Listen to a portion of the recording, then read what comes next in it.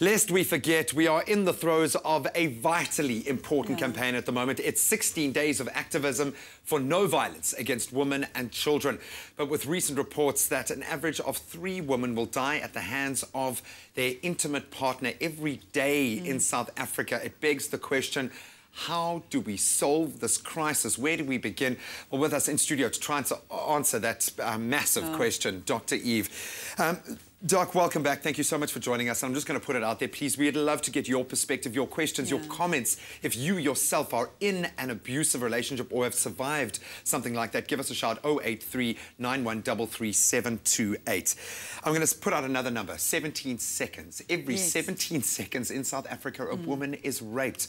And in most cases, these cases of abuse are being perpetrated by people that women and children actually know. Yeah, it's overwhelming, right? How do we wrap our head around this? I know, to imagine these kind of statistics, and here we sit in a country which is so very beautiful, and it is just so mired with these numbers, with women who are violated, as you say, on a daily basis.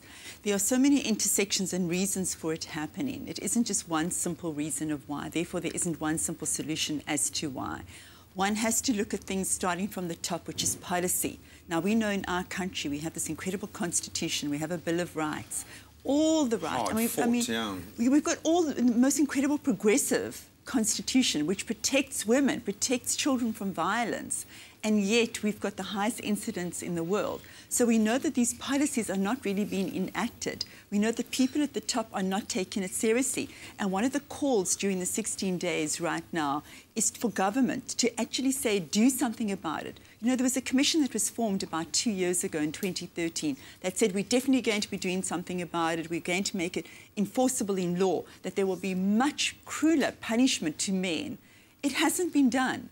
So that's the first call of action, that government has to take this more seriously. I mean, where is the ANC Women's League? Where are the women's leagues? Where are the commissions enforcing these laws? On that note, you look at the high-profile court cases that have happened over the last year, 2 years, they've sent exactly the opposite message. That's very true as well, which is very unfortunate for women. And it's not only the high-profile cases, as you say, every woman every day, 1 in 3 women every day, who are listening and watching us now, are experiencing some form of violence and abuse. And that's why I think it's so important that we do this, even though it's feel-good breakfast show.